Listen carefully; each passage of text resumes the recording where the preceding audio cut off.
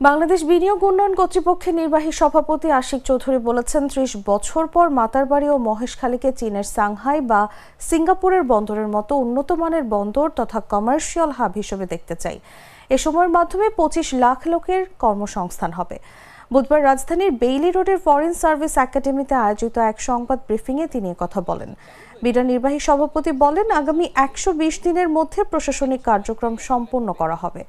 মহেশখালী সমন্বিত উন্নয়ন কর্তৃপক্ষ বিভিন্ন মন্ত্রণালয়ের মাধ্যমে ৩৩,০০০ একর আয়তনের জমিতে ৩টি ধাপে এর কার্যক্রম বাস্তবায়িত হবে। আপনাদেরকে ইমাজিন করতে পারতে হবে যে আজকে থেকে ২০ বছর পরে ২০৫৫ সালের দিকে, এখন তো ৩০ বছর পরে, আজকে থেকে প্রায় ৩০ বছর সামনে গিয়ে জায়গাটা দেখতে কেমন হবে।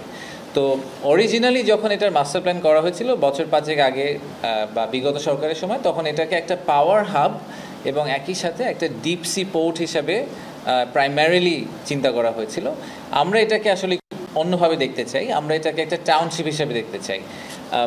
পৃথিবীর সবচেয়ে সাকসেসফুল ডিপ সি পোর্ট সহ টাউনশিপ হচ্ছে সিঙ্গাপুরকে বলা হয় সবসময়, এবং আরেকটা পোর্টের কথা প্রায় উঠে আসে, সেটা হচ্ছে সাংহাই। তো আপনাদের যদি কখনো যাওয়ার সুযোগ হয়ে থাকে তাহলে মনে করেন যে আমরা যদি বাংলাদেশের একটা সিঙ্গাপুর করতে চাই বা বাংলাদেশের ভিতরে একটা সাংহাই পোর্ট করতে চাই, আগামী ৩০ বছর হাতে আছে সময়। ইমাজিন করতে পারতে হবে যে ৩০ বছর পরে আমরা এই মহেশখালী মাতারবাড়ি এলাকাটাকে সিঙ্গাপুর বা সাংহাইয়ের মতো করে দেখতে চাই।